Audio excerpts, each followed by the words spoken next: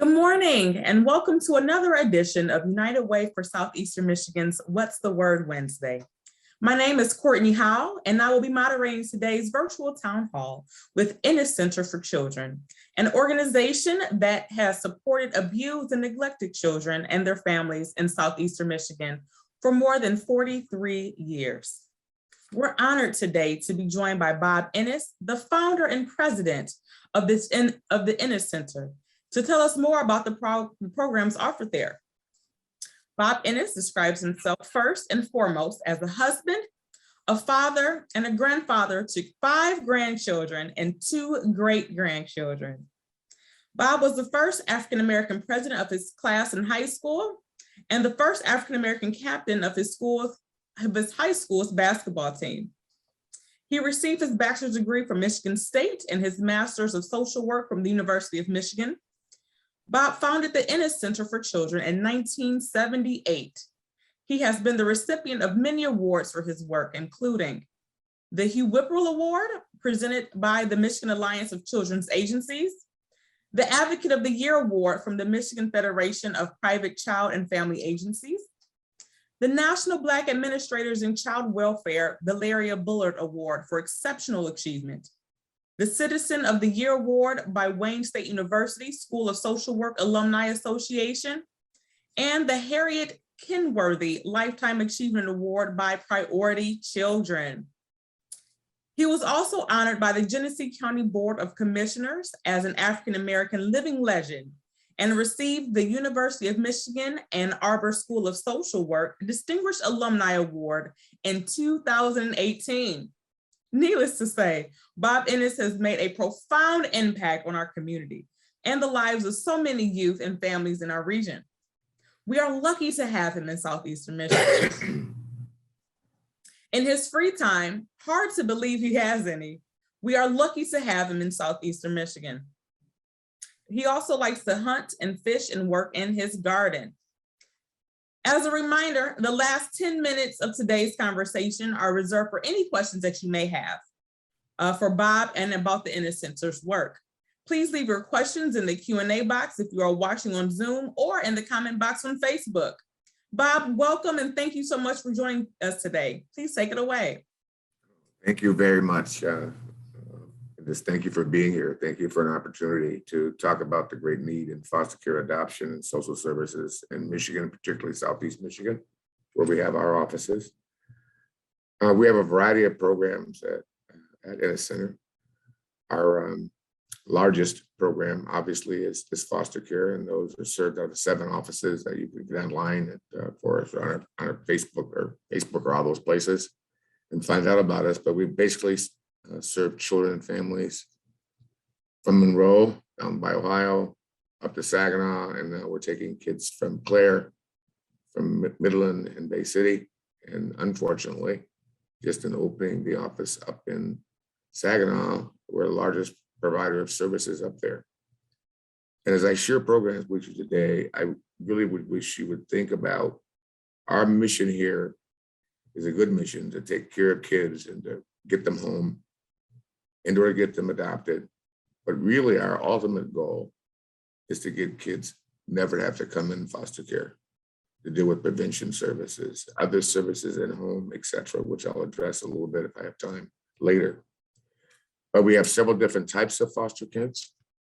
All of them come in obviously with trauma. You don't get moved out of your home for abuse or neglect unless there's trauma, and the court has said, and the DHS has said, we're taking this youngster, and then they forward that youngster or contract the youngster out to us. We presently have approximately 550 foster kids on any given day in foster care, and our various 7 sites for foster care, and that's too many. I again wish they didn't come into care, and we have some ideas again for how we might correct that going forward. The types of foster care are one we call general, and that's a foster care program where it has less problems, family has less problems. Our frequency of contact is weekly, monthly, as needed. And we have treatment foster care where those youth would be going to an institution, and and we try to prevent them or take them out of an institution and back to closer to home as quickly as we possibly can do that, and do that safely. As I share some programs with you going forward, please remember that abuse and neglect is devastating. Kids are traumatized, but what it really indicates to us is the families raising children haven't been taught to raise children appropriately. In most cases, most all cases, they likely have been abused and neglected themselves. And then the cycle goes on and on. As mentioned, I've been doing this 43 years at Ennis. I've been doing this 57 years. So yes, I'm old, but my job isn't done yet in terms of what we have to do to help these families and children. In that, I would mention this now that I think is important for everybody to think about. We take these abused and neglected children into our foster care program. However, we should be working at the front end, again, with prevention, early intervention, and home services, and to get help. Until recently, for families, you had to do something wrong or hurt a child to get into care. That's changing under the Family First Act, where this year we can begin to work with families at home that's still eligible for foster care instead of bringing them into foster care. That is crucial for people, pleased to hear from my perspective. Families need to help deal with these kids for what I said just a minute ago. And now we have an opportunity to do that, at least to begin to do that in a better way. Because with services, again, underlying, these families, many of them can be helped and treat their kids at home without having to come into care. So in addition to foster care here, obviously we do adoptions, and we only do adoptions for what we call special needs children. And that simply means the kids were in the system. There are other fee for adoptions, there are national adoptions. We chose not to do that. We've helped out in some cases where people couldn't afford, because sometimes you will be paying for a baby $25,000 to $50,000. In foster care for special needs children, we actually, age appropriate through the state, reimburse, not enough, but reimburse our foster parents for basic needs, including insurance, allowance, and those things. But it isn't enough. We just fought, as foster parents haven't had a quote raise in 10 years. So we went from $17 on average to $20. And when I talk to the state about that, it's like, some of you have children, it might cost you $20 an hour now for a babysitter. And yet these foster parents are working with children who have sometimes deep-seated problems for that type of age-appropriate board and care, as we call it, because their money is not taxed. In adoptions, we also subsidize, but those special needs kids, 85% of them are adopted by our foster parents. The rest of them, we recruit for those kids to be adopted. And we do pretty well with that. We do about 140, 150 kids a year, and wish we could do more, because our goal is to get them permanent homes when possible. And we try our best to do that. So we have also a delinquency program in Detroit, where we service all delinquents through a partnership with another agency there, Spectrum Human Services, where every kid that comes into Highland Park, Hamtramck, and the Far East Side comes through an assessment center and then comes to us for treatment. Community-based. Ennis is in business to do as much community-based work as it can. Should mention one thing about that, if I may. When we started this program 20 years ago, there were roughly 500 kids in boys training school and girls training school out of Wayne County. Today, there's 5. We do it better. We do it at home. And most of these kids make it. The 5 kids that are there now, or 6, are there for very serious crimes or harmed themselves and or others, so they can't be safely dealt with in the community. So we're very proud of that program as well. So we also do another program in conjunction with Wayne State now. And I almost didn't do this program because people talk to me about art therapy. Art therapy, what's that? But since we started doing it, we found out through music, through tap dancing, through exposure to the community and learning about the community and socialization in the community, and particularly music. All of them are important, but we've had kids honestly go into our music program, write their own music that couldn't talk and come out singing. Now, does that help every child? No, but it helps all children. We have research from the University of Michigan, as well as Central Michigan University, that says we reduce movement, we get them home quicker by adding that program. But that's been a funded program by the state. That's a grant program. And for those of you in this field, you live by the grant, you die by the grant.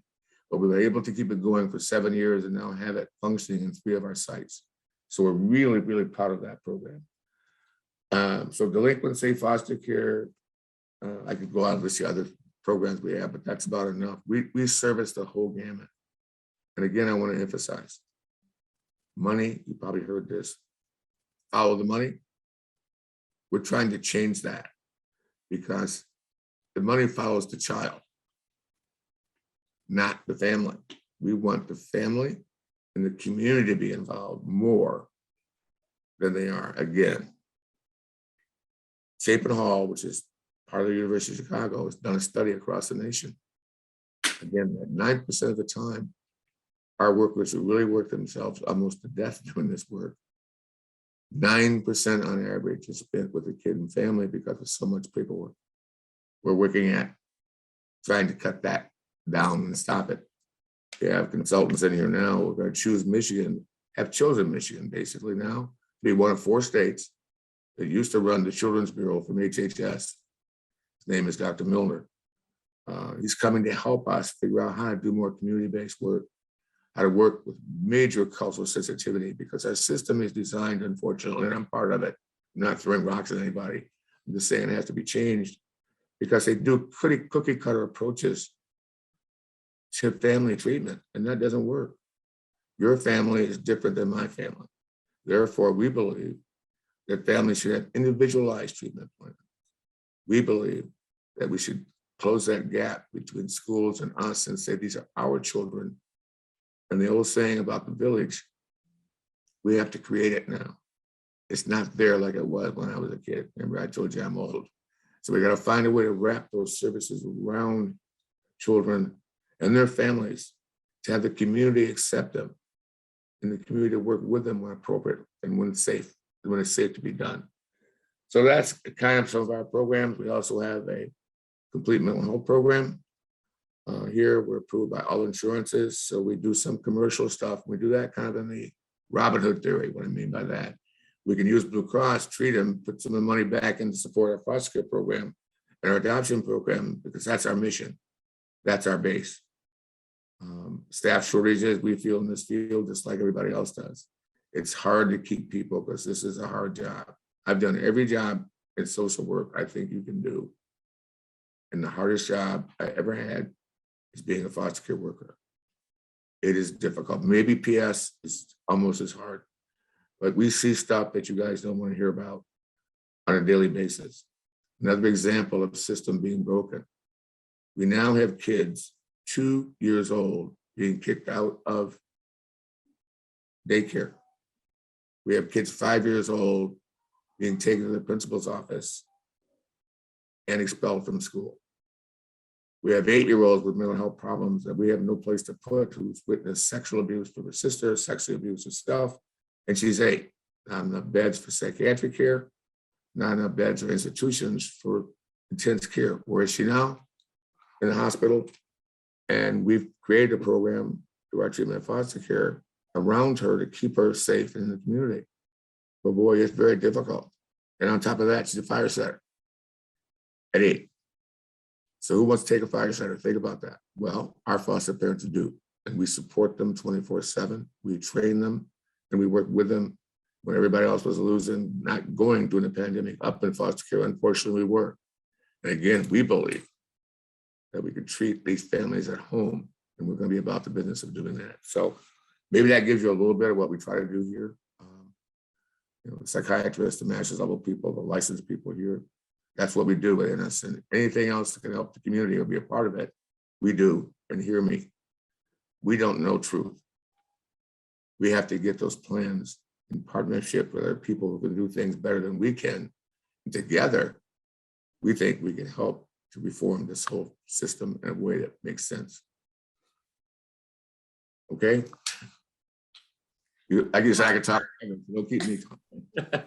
No, Bob, we really appreciate, that's a lot of information for us. We have a lot of questions in the chat.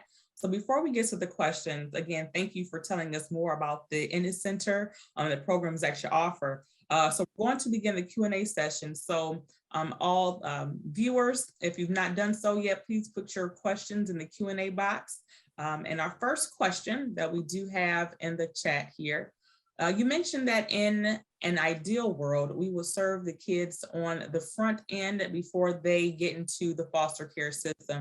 Can you elaborate more on what that should entail?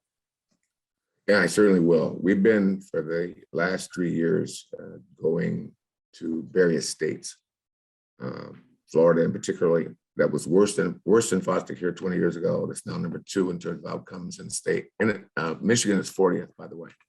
So we wanted to see this other people who were doing it, how we could do that. And what it entails is some of the stuff I just talked about. In-home work when possible. Now we can do that in Michigan. That's still being developed. They're already doing it down there. 25% of the kids coming to foster care in Florida stay at home with services. They don't age out of the system like in our place. They actually go to, they're like our kids. They still leave at 18 and therefore you're on the streets, you're having other services. You know, we call that, we just named that program here to help with that better. We call it, what's the name we came up with? Graduating to adulthood. Emerging adults. I think that's what we came up with here. That instead of saying age out, that's a nasty term. So that's the other issue. We learn cultural sensitivity, starting with the family where they need to be, good front-end assessments, projecting when the youth and family would come out of care at the front end. Example again, before our kids get serviced in our present system, say they're removed, they don't get to court to be formally adjudicated for 45 to 60 days. And the only thing that happens is they get visits with their parents. We want to start right with PS. The law says PS has to do it, assessing and evaluating what the plan should be for this family and recommending to the jurist what should happen. Should they go home? Do they need intensive short-term institutionalization? How quickly they get out of that institution? A truly integrated system, including the medical profession. We have a doctor in Genesee County now who is an ENT, but he's the president of the Medical Association. He's working with 30 pediatricians, which we have a hard time to get with Medicaid, and convincing them to assess our kids for medical issues, because sometimes the medical issues and the emotional behavioral health issues merge. And so we should be talking more about those systems. The other thing that we want to change and what it looks like is that we don't get from the state access to the successes or failures of a kid that comes into care or a family up front. Our workers have to go out and find information that's already on the computer. We want access to that information, what's worked, what's failed, so we can create a plan, again, individualized for that family and what's needed. They need a doctor, they need a dentist, they need all those basics we know, but what else do they need? It's different for everybody else, from books to clothes to whatever. And that's one thing I'm really proud of at Ennis that I wish, and now all of them do it, but we happen to have a development officer here. Anything a kid or family needs for school, we've been able to get donated, and not 99% of it's new, from computers to desks to everything they need. Because foster parents get age-appropriate reimbursement for clothing, for example, $200 or $300 every 6 months. Now, last time I looked at clothes, they cost a bit more than that. So we have to subsidize that and treat our kids and our families with courtesy. I'm not saying other people don't, but with more courtesy and more compassion, and start where they are and look at their strengths. You don't survive on poverty and not being able to pay the bills, and that makes you bad, that makes you poor. We need a hand up, we need ability. So that's what we're really devising, is nothing really spectacular new. It is really looking at the non-cookie cutter approach to each individual family of what they need, and then trying our best to provide it for them. Christmas to us is every day if a kid earns it. We hear a kid needs a bike. and they got some grades, they made an improvement, went up from a D to a C, that's an A to us. Family says I need a bike, they've earned it, we give them a bike. We've been blessed here with the system flawed. And again, we're trying to make it better and better and better and not live in our little silo, but a better integration of all the programs out there to wrap around, that's the key word, not a new word either, wrap around that family to make it work. So maybe that gives you some idea of what we try and be doing and looking at it with data. Not just Bob Ennis is doing the thing, he's got a big heart, and Sherry does, our development officer. No. What did you get for your money? Did we get success? Did we not get success? How do we compare with other people? We think that's the real world now. Maybe that answered part of what they said. That's very helpful. Many people who are watching this today are very interested in the fostering process, even the adoption process. I know there are two very different processes, but could you kind of go in detail about what that looks like and maybe what eligibility requirements, just what that looks like for people who are interested in both fostering and adopting? Yeah, 21 years old, it could be single or married. In foster care, you could also be partners and not married. We get a license. We can't do that for adoption under the law. You have to be, we could have you fostered, you when you live with a person, a male, say, and you've been there for 5 years and now you're adoptable. One of you would have to choose to adopt under Michigan law. We couldn't adopt you unless you're married. Still do the adoption, but it would be either in your name or your partner's name. And I know that sounds crazy, but that's what you have to do with the system. So you have to do a complete home study, background checks, TB test, all the stuff you do for a job and more to make sure that you have no criminal history.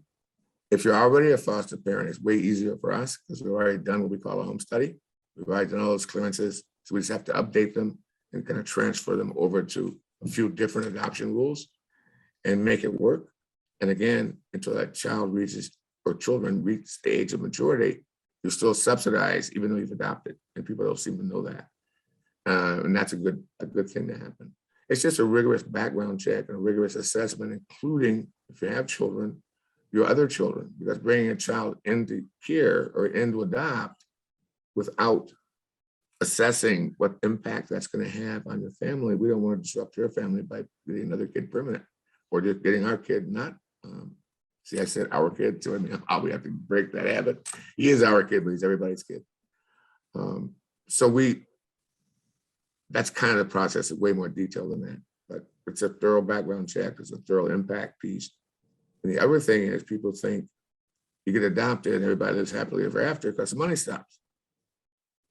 If you're an Ennis person, you can always come back here. We'll find a way to deal with you and help you because your problems don't stop because you're adopted. Raising children is a job.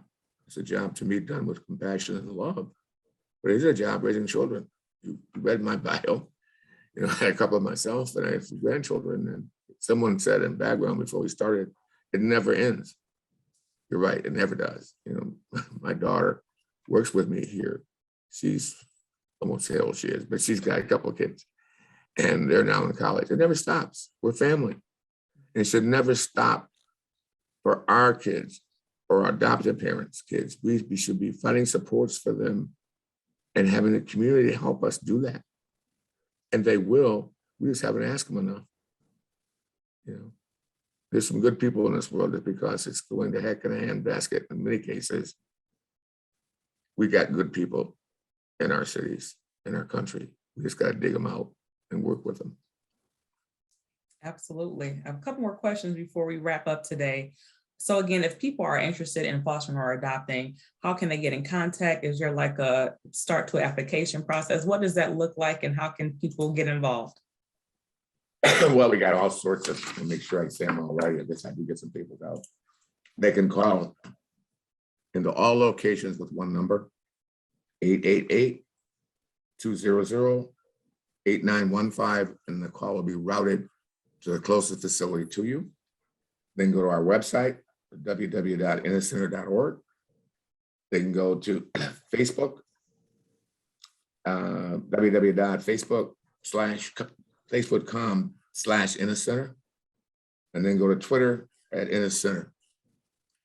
And if you call any of our offices, those interested, if you're close to an office, go in and say, I want to talk to a worker, I want to talk to the director, I want to talk to a foster parent. I want to know what this place is really like. See, when you want to know what's going on in the school, to me, you don't ask the principal, you ask the kids. We can't give you a lot of the kids because of confidentiality stuff, but we have kids you can talk to that have been adopted, have been there. And that's another thing that's important. We're so proud of all of our kids who make it through, go to college, but we got graduates from here now, thinking I can use his name, I got permission, that's now, I'll even use his name, don't need to. He's now number 2 at the UAW. He works with the president of the UAW National.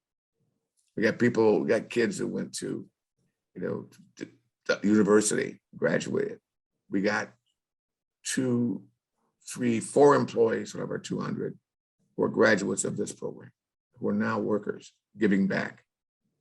And we've had more through the year, but right now they sometimes move on to other things or move up. Ennis is different because here we do what we preach. With all the mistakes we make, and God, we make them. But we treat ourselves, even 200, as quasi-family. We have to support each other in order to be able to deal with the stuff we see. A couple of examples I just gave you. That was just this week, those examples I gave you. And we see it every day, and so do other people. But I encourage you to stop by one of our offices and say you saw this and you want to learn more. I think you should learn more, because getting into this thing of foster care and special needs adoption, the system sucks. Excuse me for being colloquial, it just does. And dealing with it, we have to master that, and we can. We don't let anything stop us. We got to make it through that system. And they help us make it through that system. We learn from our kids every day. We learn from our parents every day. They teach us things. They've survived where we haven't. So it's just, this has to be your mission. This is not just a job. We're not dealing with widgets here. We're dealing with families and people and kids. So that's why I'm still here. Yeah, Lord's not through with me yet. That's a beautiful story and a wonderful way to end this webinar today. And again, we thank you. And I know I've been inspired, and again, many viewers today who are interested in learning what the process is. And also, if there's any opportunity to volunteer, viewers, we do have the website for the enniscenter.org in the chat box. So again, if you have any passions or interests in volunteering or learning more about the fostering and adoption process, please contact the Ennis Center. So Bob, thank you so much again, and we really appreciate it. Thank you so much. And don't forget, Amanda, stop by Saginaw. We met one of your people who lives in Saginaw. I said, stop by there and see us. Okay. Awesome. Awesome. Okay. Yes. All right. Thank you. Yeah, so as we're closing, everyone, that's all the times we have for questions. But before we leave, I'd like to share a few more resources and updates with you all. As a reminder, for those of you who may be experiencing a need, our 211 helpline remains available 24 hours a day, 7 days a week. We maintain a running list of available services in the community and can connect you to the supports that you need. You can also look up resources in your area by using our 211 resource database at unitedwaysem.org/211. Our second annual 21-day equity challenge takes place May 20th through June 17th.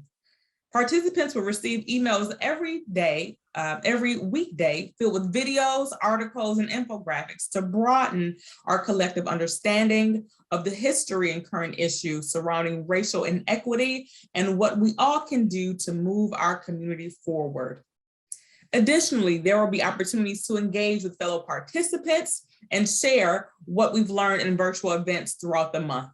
Please join us in the journey. Sign up today at unitedwaysem.org/equity challenge. We'll resume our town halls in May with a series of events focusing on issues related to the 21-day equity challenge content. You can review previous town halls and see upcoming topics on our website at www.unitedwaysem.org. www.unitedwaysem.org/virtual-town-halls. The link is also included in the chat. Again, thank you everyone for joining us today. Stay safe and continue to live united.